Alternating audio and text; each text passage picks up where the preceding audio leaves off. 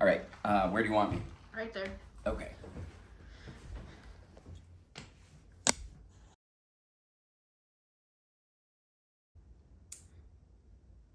Perfect happiness. So I think we have to make a distinction between happiness and joy.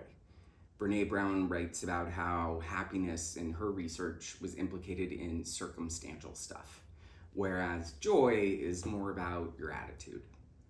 And so a perfectly joyful life for me means following my curiosity and forging in everyday moments meaning and connection with others. And I think the way you get to that is by endeavoring to see as many glimmers per day as possible. And for me, that's things as simple as the dog greeting me at the door, to learning something new, meeting a new person, making someone laugh.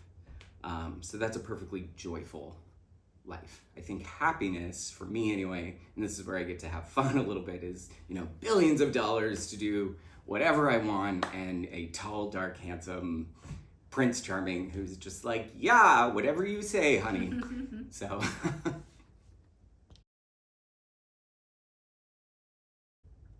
fear. Well, there's a lot to choose from. I think if I boil it all down, it comes down to disconnection. We are, as a species, evolved to require other people. We are socially, neurobiologically hardwired to crave and thrive on connection. And so being in any situation where I longed for that and also was not able to bridge the gap between me and others sounds absolutely terrifying. And I don't want to confuse that with solitude, because there's certainly a moment in everybody's life where we need to just be alone, listen to ourselves, and refresh. But certainly loneliness, disconnection.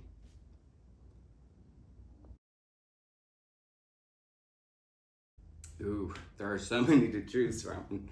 I would say impatience. I like to make everything happen right now, and I make decisions right now, do the work right now, and move on. And sometimes the universe has not aligned for that to happen yet. And waiting around for it to happen, especially when I don't know when that will be, kind of drives me nuts. Yeah. Others. Infidelity. And I want to clarify that. So when we, most of the time when we use that word, we're talking about sexual infidelity in romantic relationships. And I do deplore that. But I think that that's just one aspect of infidelity. And I recall reading Forgiveness and Other Acts of Love by Stephanie Dowrick. She's a minister and therapist in Australia, and she talks about fidelity in one of her chapters. And she talks about how fidelity is more than just not cheating on your spouse. It's following through on what you say, choosing the words you use so that they're congruent with who you strive to be in your best moments, and also fidelity to the truth, having the intrinsic motivation to seek out your blind spots. And so anybody who's the opposite of that, someone who is dedicated to mistruth, betrayal within relationships, infidelity, yeah, that's a big button for me. Infidelity. Definitely had an answer ready to go for that.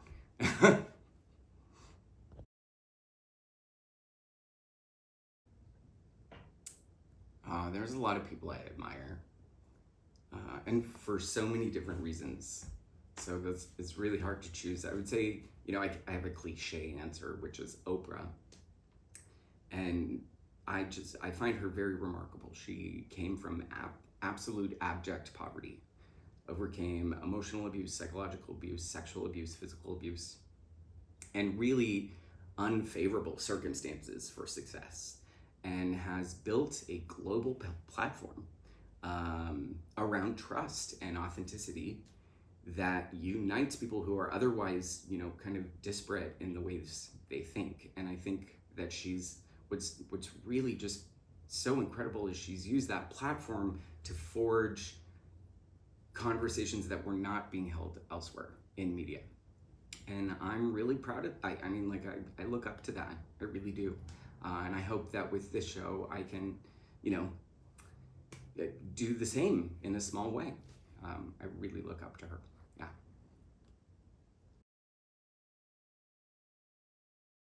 Uh, I think I have a strong answer for this. So when I was at the University of British Columbia, one of the research articles that we read in my psychology courses was talked about how when you write by hand, it engages your motor cortex, which is more than when you're typing. And so the idea behind the research was that when you write by hand, you remember more. And so I was like, well, I got to do that. And so I hate handwriting because I'm a left-handed person, so things smear and I have to turn the paper all the different ways. And so I was like, how do I make this enjoyable for myself? And so I splurged on a Parker Sonnet fountain pen made of gold and silver, and I absolutely adore using it. And it has very much encouraged me to write more by hand.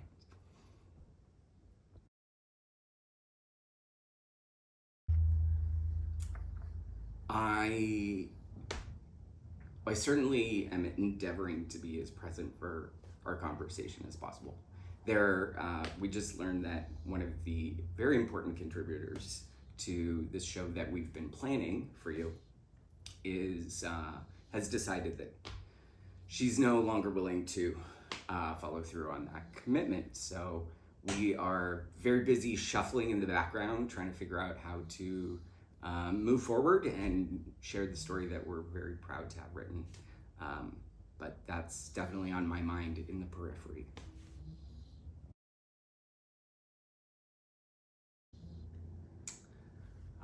It's funny, we just had a sermon at church about humility, and my answer is humility, and I'll tell you why.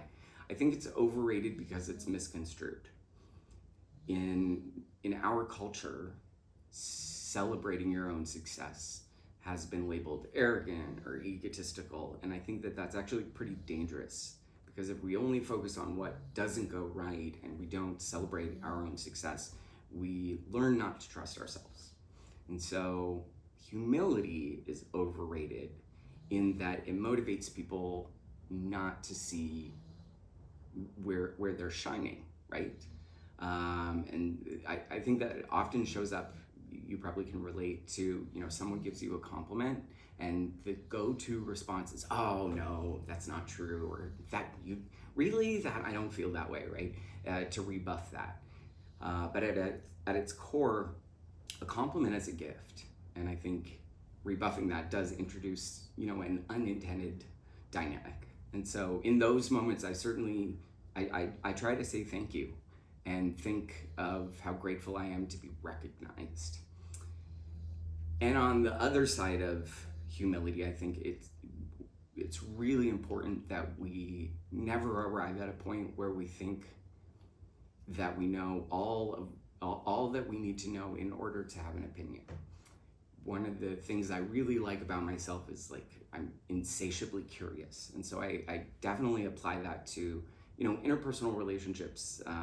One of my favorite things to say is we learn the most from those with whom we disagree, and I really believe that's true.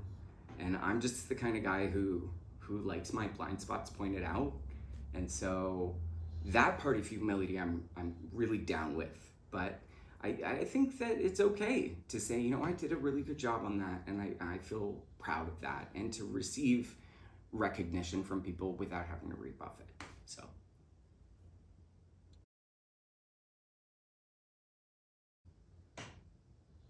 Wow. That's a to tell wow. Uh okay. I want to be vulnerable here and say that there was a point in my life when I pathologically lied. This happened during high school when I was going through a really difficult time at home. And, you know, for whatever reason, I think compulsively, I learned that lying got me the response I needed, the empathy I needed from others. And there was a point when, I think it went on for about 2 years. And then there was a point when I had shared with someone a really difficult day. I said, today was really hard. And they just yeah-yahed me. And I realized in that moment that nothing I said held weight anymore. And so it became this really, really important pivot point in my life where I just promised myself that I would relentlessly pursue truth. And that meant admitting to myself uncomfortable things as well. And so I try really, really, really hard to not deceive in any way. I would say there are times that by omission, I'm not fully honest because I don't want to complicate a situation. But, I think authenticity is part and parcel with being a relentless truth teller.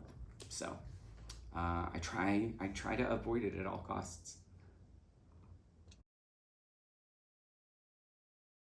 Question 10. What do you most dislike about your appearance? Well, I think everybody has a laundry list of things that they want to adjust. I mean, who hasn't played with Facetune on your phone? I have learned by watching others that, when you change one thing, everything kind of appears off. And so I try to be more satisfied with the fact that, my face more or less kind of goes together. I could be taller, short guys have it harder. And, but other than that, I'm okay with how I look.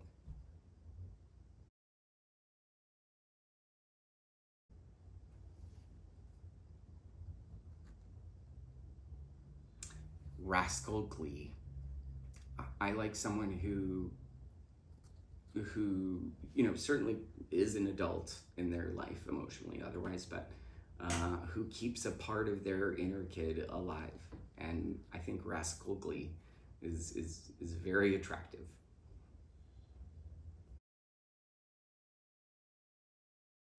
I really like strong women. I I I really like strong women, and I think that there's there's a difference between being assertive and antagonistic. And I know she's a very divisive character, but Hillary Clinton to me is assertive and brave and courageous, and has just really embodied what it means to dare greatly in spite of the risk of failure. And I look up to that.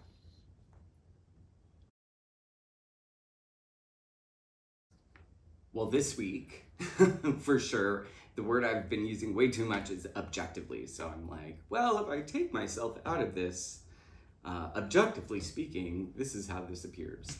And, words have power, and when we overuse them, as is my habit and the habit of probably most people, they do lose a little power. So that's an important question to ask. I'm glad you asked it.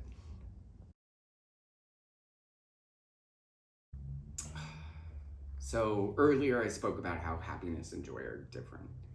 And I can definitely say that there was a honeymoon period during both of my marriages where I felt really, really completely happy.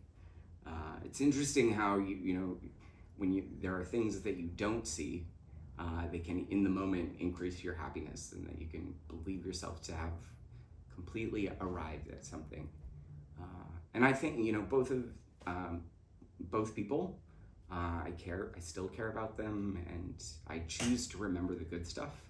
And so I'm glad you asked that because there's good stuff to remember always.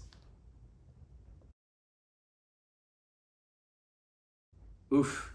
So I have ADHD, and one of the things we know about that is working memory is impaired.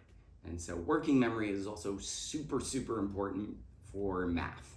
So the talent that I definitely don't have the aptitude for at all, that I would love to, remedy, is quantitative reasoning for sure. I would love to be able to see some numbers in my mind and add them all up and make sense of that. Definitely don't have that talent right now.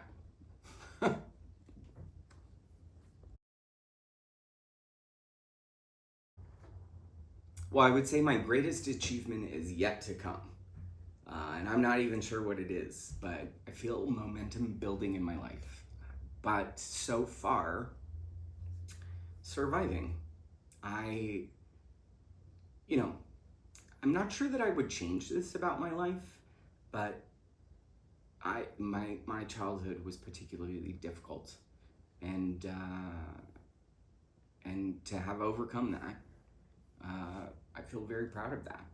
I feel very proud of that. Many people um, would not have survived. So, yeah.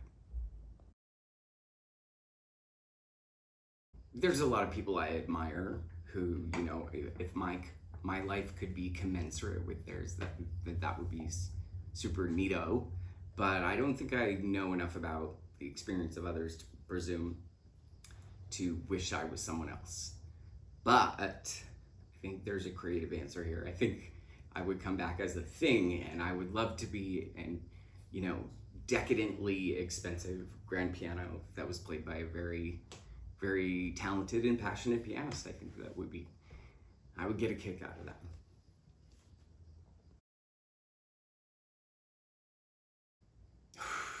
That's such a great question. There's so many places that I haven't even been able to visit yet, but I think might be just a total dream to live at. My heart kind of wishes that there's a point in my life when I can live in Venice, because so much of classical music, its folklore is rooted in that region of Italy.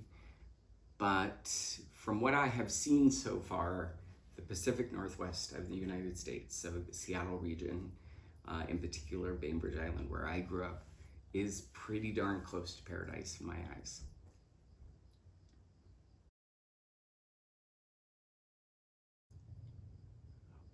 So, we talk about pets being she's my dog. And so, in that respect, if I felt like the dog was a possession, that would be very much the easiest thing to choose. But other than that,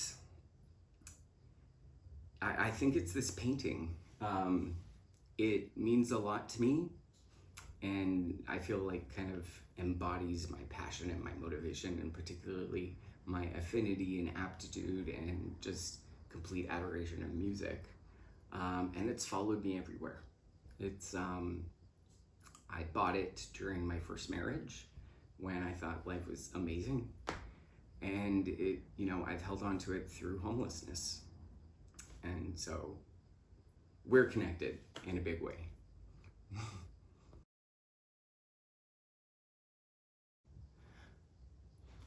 I, I think that you could have a very complex answer to that.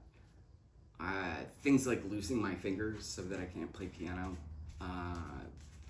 The the frustration that Beethoven must have endured in losing his hearing.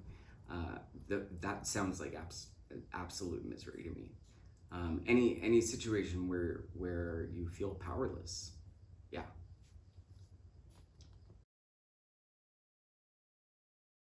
No occupation. I I was enrolled in a Spanish course a couple years ago, and we had a prompt in class.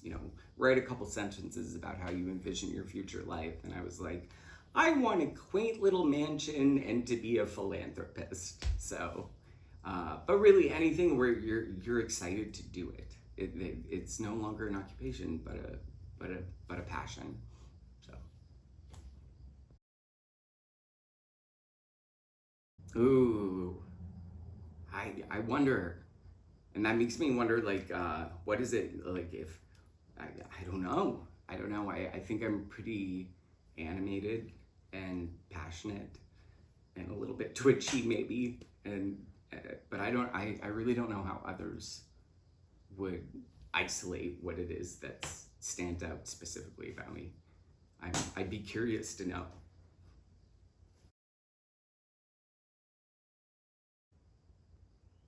I think it's really important to remember that you can't be in a healthy, sustainable friendship with someone who isn't always happy for you. When there are people who are not cheering, when when you're you're succeeding. I think those people, when we can develop really long histories with these people and not realize kind of that they're in fact nudging us against the direction we're trying to go. So people who are not jealous of you, who are just happy for your success. Yeah.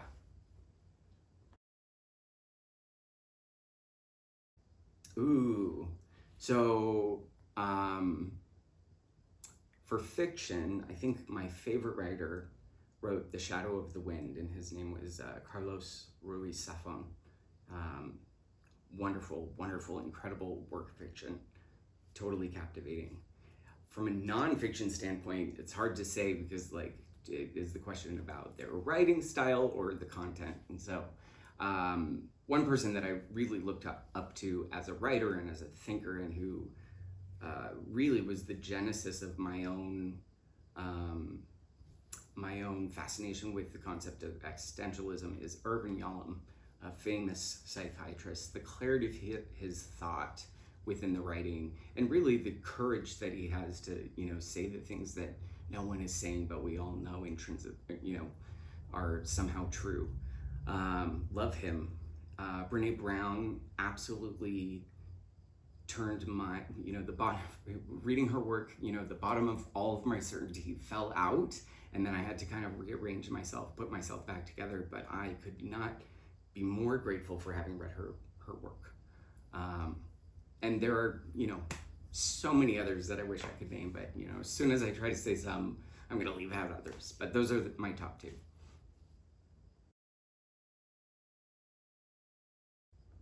Oh, like character. That's so hard to say, and I actually forget the name of the character, but the protagonist in The Alchemist, that Paulo Coelho wrote an incredibly timeless, inspiring story about courage, and that certainly resonates with me in my everyday everything.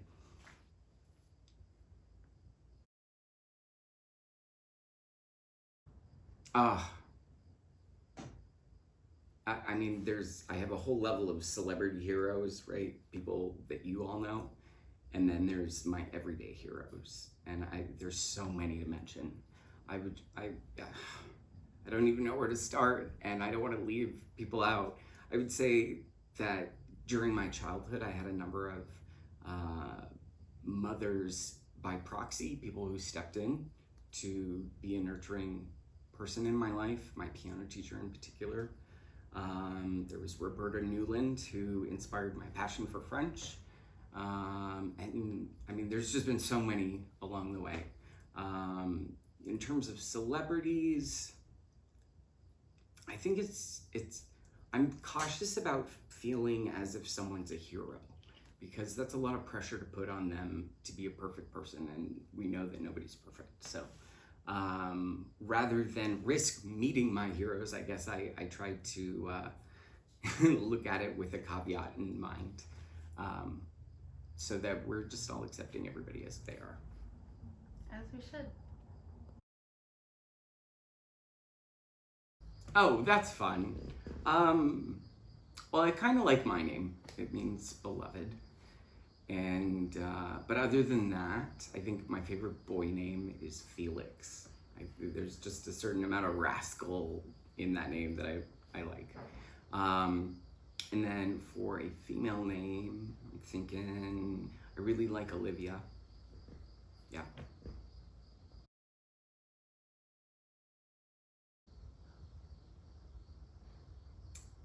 Disappointment. And I say that understanding that it's a necessary part of life, but it is not my favorite part, for sure.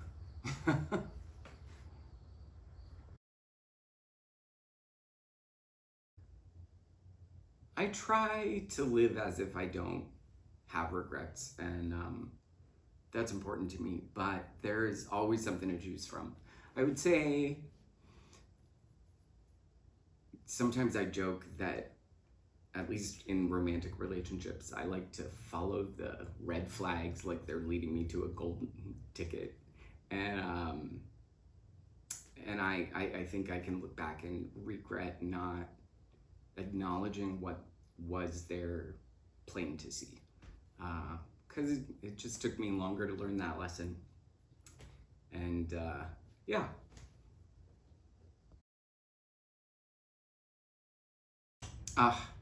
Peacefully, swiftly, in my sleep. Yeah. It's preferably not dramatically. Yeah.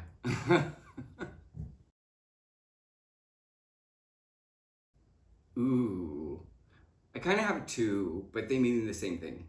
So I'll tell you this. So a while ago now, I worked at the headquarters of Starbucks in Seattle, and at break time, I kept running into this woman. Her name is Michelle Little, and I'm embarrassed to say it took me probably 6 months to catch on to this, but every time you asked her, "How are you?" she would say, "Never better, and yourself." And so when I finally caught on, a little delayed, I was like, "You can't possibly be never better."